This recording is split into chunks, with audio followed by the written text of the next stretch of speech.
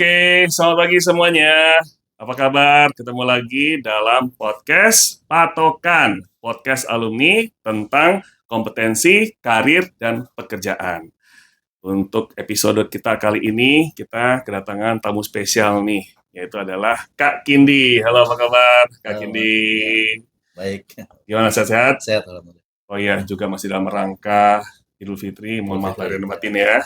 Sama-sama. Oke, sip. Nah, Kak Kindi ini akan banyak cerita nanti, kita juga akan banyak diskusi tentang bagaimana membangun karir di industri syariah. Oke, mungkin Kak Kindi awal mulanya pengen tanya-tanya dulu nih, ya. Sekarang Kak Kindi aktifnya apa, kemudian bekerja di mana, dan sudah berapa lama di industri syariah. Namun sebelumnya kalau boleh tanya nih, Kak Kindi angkatan berapa masuknya di FEB UI? Saya ilmu ekonomi 2003. Ilmu ekonomi Ya, 2003. 2003. Kemudian mulai bekerja pertama kali Bekerja tahun 2008. 2008. Ya. Jadi memang waktu angkatan saya itu kan syariah memang sudah cukup berkembang ya di FEUI gitu. Sudah kajian-kajian. Jadi semenjak kuliah kita sudah banyak belajar syariah lah. Sama bahkan mata kuliah ekonomi syariah sudah ada waktu itu. Ya. Udah ada kekhususan waktu itu, udah ada ya? Belum kekhususan, Belum, jadi tapi hanya mata kuliah pilihan. pilihan. Jadi cuma satu tuh mata kuliahnya ekonomi syariah Oke, sebagai mata kuliah pilihan. oke, Itu mungkin baru saya di tingkat 3 kalau nggak salah. oke. Nah, ini yang inisiatornya waktu itu Pak Yusuf Wibisono, beliau angkatan Bang berapa ya? Ucup ya? Ya Bang Ucup, Heeh. 93 Ya, kalau udah nggak salah. senior banget. Senior lah. Nah itu sampai akhirnya sekarang berkembang sudah jadi program studi ya syariah ya di FEUI dengan ya sangat banyak mata kuliah. Jadi karena memang sudah terinfiltrasi dengan syariah gitu Tapi sejak waktu kuliah. awalnya kekhususan ilmu ekonomi, Ilmu ambilnya ekonomi, khususnya moneter atau waktu itu ekonomi publik. publik? Oke, Ekonomi oke. publik, banyak memang moneter ya orang anak-anak ambilnya, atau ekonomi industri. Nah, Iya, itu dua yang itu ya, favorit tuh. favorit. Cuman karena waktu itu saya masih kepikir, kayaknya pengen jadi birokrat juga deh gitu. Oh, udah memang punya Waktu itu kayaknya tujuan. ada ya, kayaknya menarik nih kalau mungkin di Kementerian Keuangan atau di mana gitu ya. Jadi udah sekalian belajarnya publik. Tapi justru malah ke industri saya. Iya ya, nggak apa-apa ya, karena mungkin Apapun tuh, nanti ya. bisa juga ke sana Iya, kan. ada jalan terbaiknya masing-masing lah. Amin, pasti. Nah, jadi setelah lulus bekerja langsung di Jadi memang karena sudah terinfiltrasi dengan syariah, sambil nyari peluang-peluang juga, jadi asisten dosen juga waktu itu. Oh. Saya 2 tahun kalau nggak salah jadi asisten dosen. Sebelum lulus sampai setelah lulus itu, kebetulan baru ya setelah lulus itu diterima di Bank Muamalat. Bank Muamalat sedang rekrutmen cukup besar sih waktu itu, tahun 2008 join Bank Muamalat 2008 sampai 2012. Lalu 2012 sampai 2016 saya di BNI Syariah. Nah, sekarang di Maybank Syariah. di Maybank Maybank. Syariah. Udah karena BNI udah merger ya dengan BRI Syariah Sebelum dengan merger sih. sebelum Jadi merger itu ya. jadi saya ini sebelum merger memang 2016 itu ya karena mungkin ada opportunity baru aja ya Oh iya. di Maybank jadi kita gabung gitu. Oke. Waktu di Muhammad waktu itu sempat ketemu sama Bang Sama Aldrian. sama Bang Adrian. ya direktur saya itu Pak Adrian Gunadi. Jadi Saya belajar ya. ya saya tuh 2 tahun sama belajar sama Pak Adrian Oh, Gunadi. mantap. Banyak lah yang dipelajari karena beliau juga banyak membawa perubahan ya. Ya. Di Bank Muamalat waktu itu sebagai direktur retail. Di bawah beliau juga ada Ade Fauzan. Oke. Jadi kita satu tim lah sama Ade Fauzan untuk pengembangan produk development waktu itu.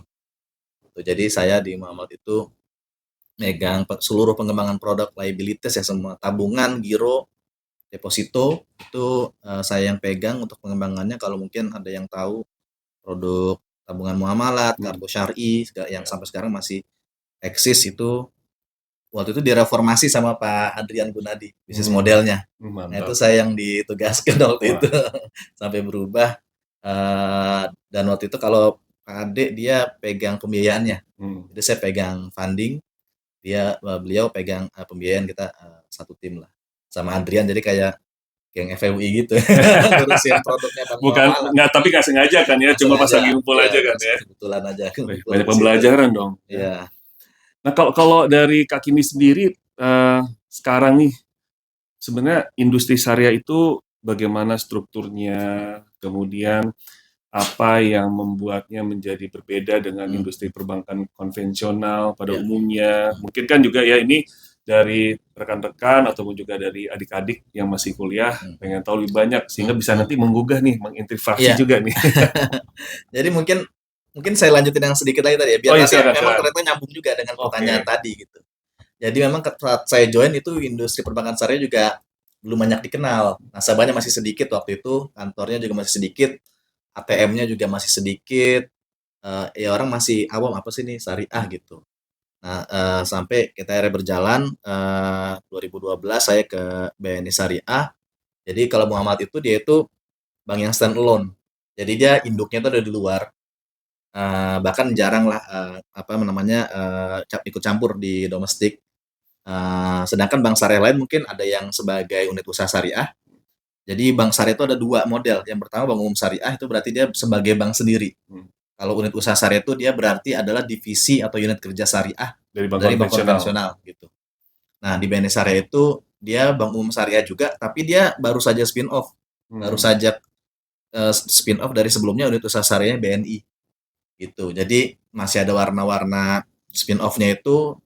Jadi saya banyak terlibat. Nah itu saya udah nggak megang produk lagi tuh. Saya transformasi, pas project management dan transformasi lah waktu itu. Dan ya keadaannya cukup chaos gitu di sana karena baru-baru aja spin off membangun bank baru gitu, seperti membangun bank baru. Jadi banyak project di sana sampai 2016 itu. Nah 2016 itu ada peluang juga saya waktu itu ditawarkan di Maybank melanjutkan untuk pegang project management juga sama business planning sih kalau di Maybank ini gitu. Nah kalau Maybank ini bedanya ini unit usaha syariah dia. Jadi saya udah ngerasain bank yang stand alone, bank umum syariah sama unit usaha syariah gitu. Nah itu mungkin agak jarang orang yang ngerasain tiga-tiganya gitu. Mungkin banyak yang di UUS aja atau di BUS aja. Kalau Ade Fauzan dia lama di UUS dan di BUS beliau. Nah, jadi industri itu sudah berkembang sangat pesat sebenarnya, Kak. Kita manggilnya Kak kalau Nggak, kakak di aja. alumni ya. Jadi semenjak saya masuk itu dari industri belum banyak dikenal sampai sekarang sudah sangat familiar ya untuk bank syariah. Ibarat kata orang kalau mau ngambil KPR syariah nih sekarang ya udah mainstream lah gitu. Kalau dulu kan emang ada ya KPR di bank syariah gitu kan. Nah, sekarang kalau kita lihat mau di platform online atau kita jadi alternatif freelance di iklan segala macam juga sudah banyak syariah gitu. Jadi itu journey syariah ya perkembangannya seperti itu dari mungkin yang masih awam sampai sekarang sudah cukup mainstream. Bahkan kemarin ada case yang Bank Syariah Indonesia itu sistemnya down. Itu dampaknya banyak sekali. Kenapa? Karena nasabah untuk satu bank saja ya, Bank Syariah Indonesia nasabahnya 17 juta. Sebanyak itu nasabahnya. Jadi nasabah syariah ini sekarang udah jutaan. Walaupun memang kita kalau dilihat volumenya market share-nya itu baru 7% gitu. Tapi kalau in terms of nasabah, rekening segala macam itu sudah banyak sekali sebenarnya. Gitu. Jadi untuk yang pengen berkarir gitu ya di syariah sebenarnya nggak perlu ragu lagi karena udah hampir opportunity-nya sama gitu. Potensinya sama, opportunity-nya sama. Bahkan kalau di syariah itu bisa belajar lebih banyak. Karena kalau kita masuk konvensional kan organisasi jauh lebih besar. Jadi kita jadi spesialis. Gitu. Jadi kita masuk sebagai apa nih? Misalkan ngurusin KPR, bisa jadi kita sampai bertahun-tahun tuh lama. Ya udah kita tahunya mungkin hanya KPR saja atau kalau tabungan saja gitu. Atau kalau kita sales, marketing, SME aja gitu. Tapi kita di syariah kita karena orang lebih sedikit ya, jadi kita harus belajar macam-macam. Semuanya ya.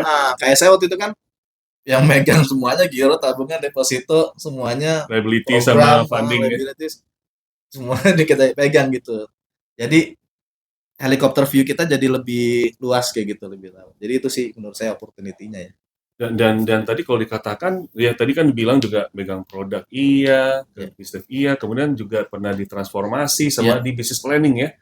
Jadi semuanya nih udah belajar. Ya journey-nya alhamdulillahnya begitu ya. Jadi kita produk juga sebelum di produk saya juga di marketing. Jadi pernah jadi account officer juga 1,5 tahun di cabang. Oh, mantap. Nah, jadi megang masalah funding juga, megang masalah pembiayaan juga. Jadi ya, ya insya Allah semua posisi atau pekerjaan itu kita udah paham gitu. Bisnis proses di bank itu dari awal sampai akhir end to end kita udah paham Udah lah. paham. Jadi kalau ada yang mau konsultasi nih adik-adik mau nanyain apa, kalau masuk ke bagian ini, bagian silakan. Itu insya Allah saya bisa jawab lah gitu. Boleh langsung nanya-nanya ya. Iya, boleh langsung Oke. Nah, kalau sekarang berarti boleh tahu posisinya di Maybank Syariah sebagai Saya sekarang head Syariah Business and Retail Banking Analytics. Business and Retail Banking Analytics. Tapi sebenarnya sih jobnya nggak bener-bener kayak itu lah. Karena tadi lagi Ya, kemana-mana juga Syariah bisa. juga banyak, apalagi di unit usaha Syariah nih Kak. Unit usaha Syariah itu lebih kecil lagi organisasinya. Ya, dan kita berhubungan dengan banyak orang. Karena yang kerja kalau di Syariah, di unit usaha Syariah terutama ya, bukan hanya di, kita nyebutnya UUS singkatannya. Nggak cuma di UUS, tapi di unit kerja konvensional di UUS juga membantu Syariah sebenarnya. Mereka bekerja on behalf Syariah juga. Nah, misalkan marketing KPR, dia bisa jual konven, bisa jual Syariah juga. Walaupun bahkan kebijakannya kalau di Maybank atau di CIMB Niaga misalkan, itu ada namanya kebijakan Syariah first. Jadi kalau jualan produk itu harus ditawarin Syariah dulu, kecuali nasabahnya nolak ya. Jadi mereka pun sebenarnya mensupport Syariah, kita juga harus support mereka juga dong untuk bekerja. Jadi mau nggak mau kalau mereka ada kebutuhan apa, oh itu bukan job desk saya, nggak bisa gitu. Karena kan mereka kerja bantuin Syariah, masa kita membatasi Cross-sellingnya juga jalan dan ada strateginya ya untuk mengedepankan itu. Sebenarnya juga terjadi di asuransi sih ya. Saya juga ada kena ininya. Nah, kalau sekarang berarti dari segi struktur industrinya sendiri, Syariah ini apa saja sih? Selain yang ada di Syariah ya? Yang terbesar pasti perbankan. Yang kedua itu sebenarnya banyak ya, kalau di Syariah itu bukan hanya keuangan. Jadi kalau kita mungkin bagi dua saling besar ya. Yang pertama keuangan Syariah, yang kedua itu kita nyebutnya industri halal. Industri halal industrinya banyak sekali. Yang ketiga itu mungkin sektor sosial ya. Sektor disebutnya sekarang keuangan Islam, keuangan sosial Islam. Kalau di keuangan itu kan macam-macam ya, ada perbankan, asuransi, ya semua jenis sektor keuangan kita ada ya, pasar modal, lalu multi finance, dana pensiun, lembaga pembiayaan segala macam, semua udah ada syariahnya. Jadi sekarang syariah itu lembaganya sudah banyak, produknya sudah banyak gitu ya. Semuanya sudah menyatu gitu sebagai ekosistem. Lalu kalau di industri halal itu ibaratnya sektor real tapi dia syariah gitu. Jadi industri halal juga yang paling hype, yang sedang hype sekarang industri halal malah. Jadi industri halal itu kita juga ada di divisi syariah juga ada yang ini, industri halal. Ada yang ngurusin industri halal juga. Sekarang misalkan itu kita bicara ada banyak subsektornya, seperti di sektor keuangan juga ada sektornya, misalkan fashion, kan ada tuh muslim fashion, bahkan travel, muslim friendly travel gitu ya. Kalau pernah dengar tuh travel halal, apa sih travel halal itu gitu kan. Nah itu juga masuk ke situ. Lalu kuliner halal gitu. Atau bahkan sekarang Indonesia ini udah punya kawasan industri halal. Indonesia ini ini programnya Pak Jokowi juga, dan dieksekusi oleh Pak Ma'ruf Amin, Pak Erick Thohir dan jajarannya, sudah membangun kawasan industri halal, yang itu ya hanya boleh mereka yang sudah punya sertifikasi halal. Jadi sertifikasi bukan seakan-akan itu cuma makanan doang dia. Oh iya, ada sertifikat halalnya nih. Kita berpikirnya masih makanan. Makanan dan minuman gitu.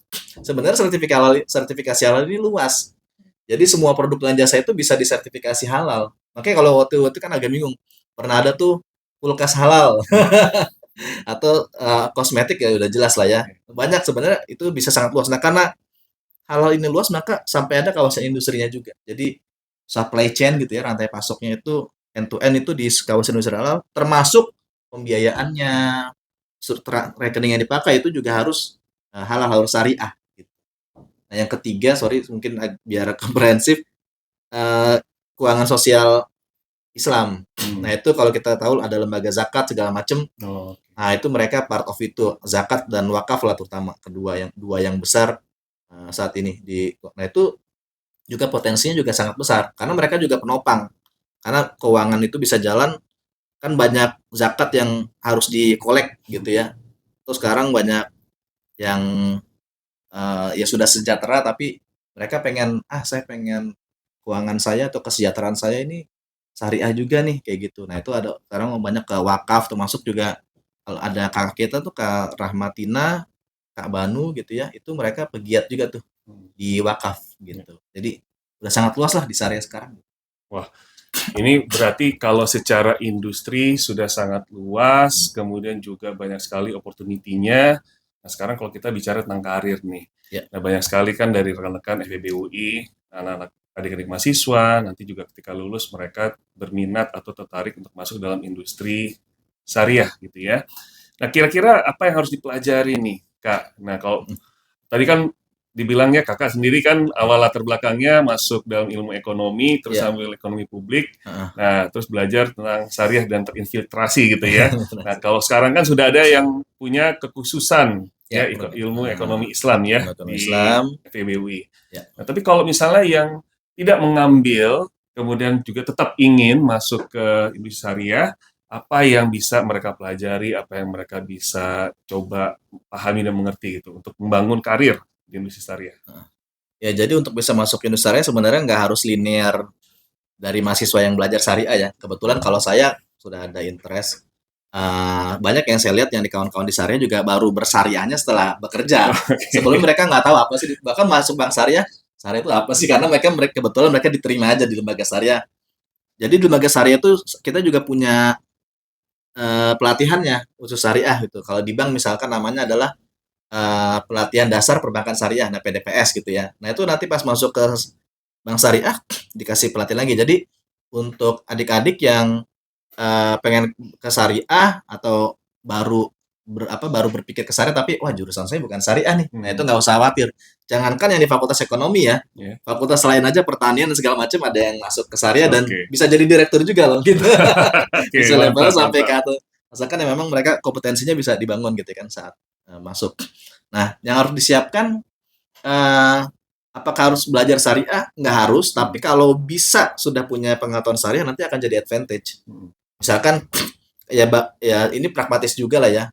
Eh, Kalau kita pengen mempekerjakan orang gitu kan, ada marketing atau ada business development, yang satu ngerti bank, yang satu ngerti bank plus syariah. hmm. Dua-duanya punya keahlian yang sama, kemampuan yang sama, kita pasti punya ambil advantage yang punya syariah. Jadi karena nggak harus ngajarin syariah lagi buat yang belum belajar syariah kan, Ya. gitu. Jadi kepengetahuan syariah itu atau skill syariah itu akan jadi advantage sih gitu. Tapi tidak tidak mandatory, nggak harus punya. Oke. Kalau untuk level fresh graduate ya. Tapi kalau nanti kita sudah masuk, misalkan ada kawan juga tuh namanya Setiawan Arif nih saya mau sebut karena dia case menarik juga. Eh, Beliau itu sama-sama saya nih kita di FSI waktu itu ya. Hmm, Belajar sama-sama belajar syariah juga. Dia juga punya interest ke syariah, tapi mungkin dia jalannya dia udah melamar ke hmm, lembaga-lembaga syariah. hmm. Hanya saja mungkin nasibnya belum Ya. belum bisa ke syariah. Ya dia join lah dengan bank konvensional gitu. Agak lama tuh. Tapi selama dia join bank konvensional dia selalu berusaha untuk tetap nge-apply karena memang mungkin jiwanya atau spiritnya pengen ke syariah. Baru tahun ke-6 beliau akhirnya bisa pindah waktu itu ke BRI Syariah.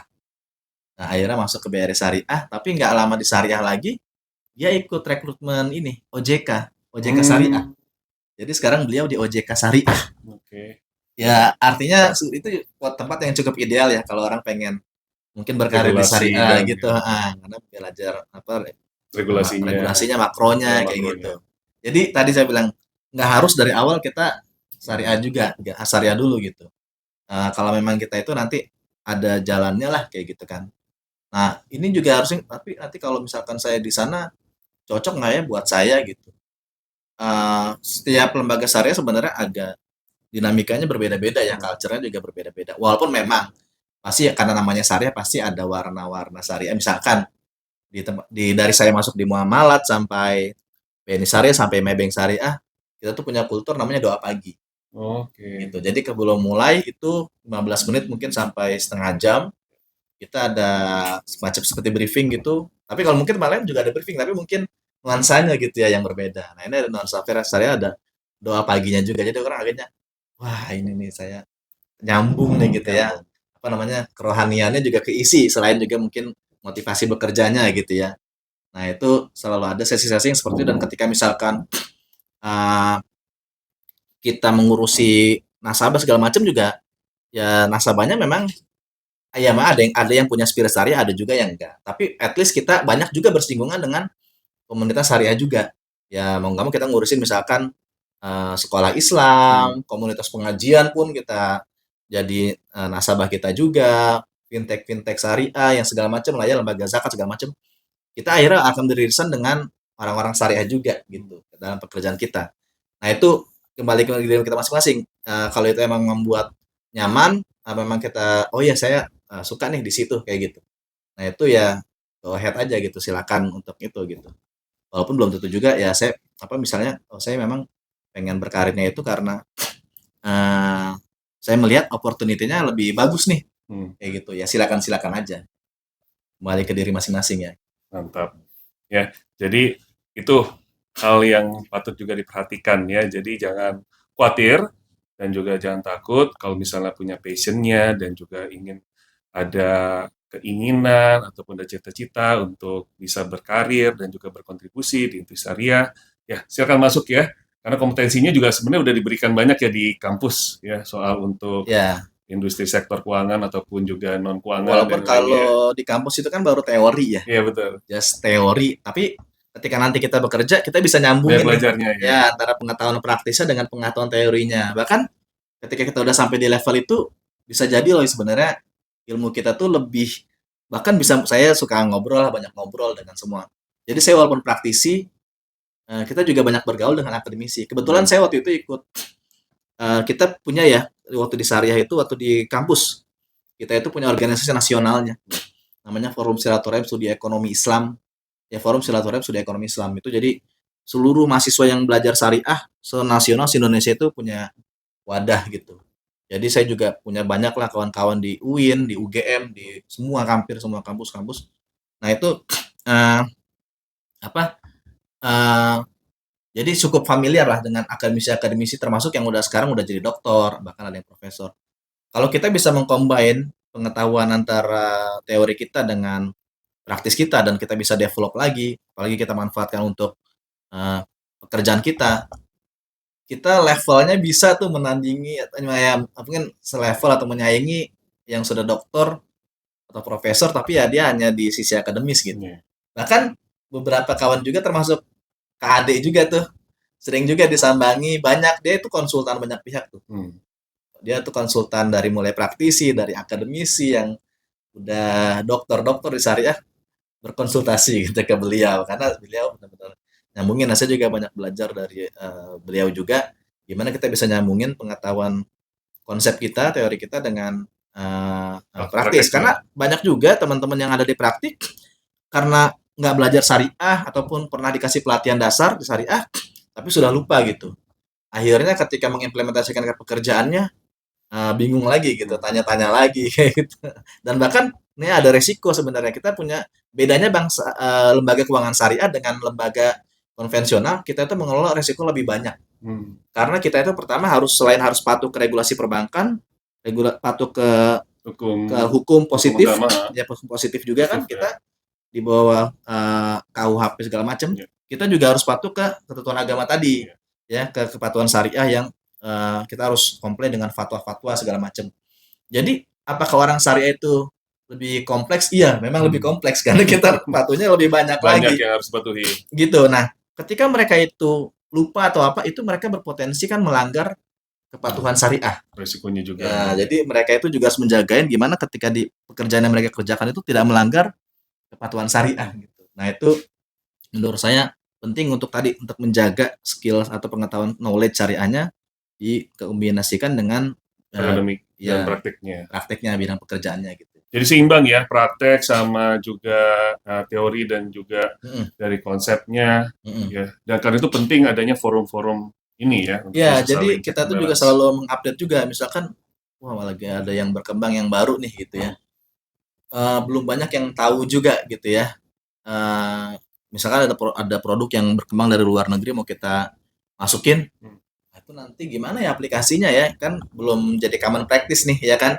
Nah, disitulah kita perlu kepakarannya, misalkan ustadz-ustadz kayak gitu ya, di Dewan Syariah Nasional, di Dewan Pengawas Syariah, kita konsultasi ke mereka, mereka punya pengetahuan ininya, kita juga masukin aspek praktisnya, nanti kita menjelaskan tuh, prakteknya seperti ini, mereka memberikan expertise keseharian mereka, ya udah kita blend, kita ketemu di situ.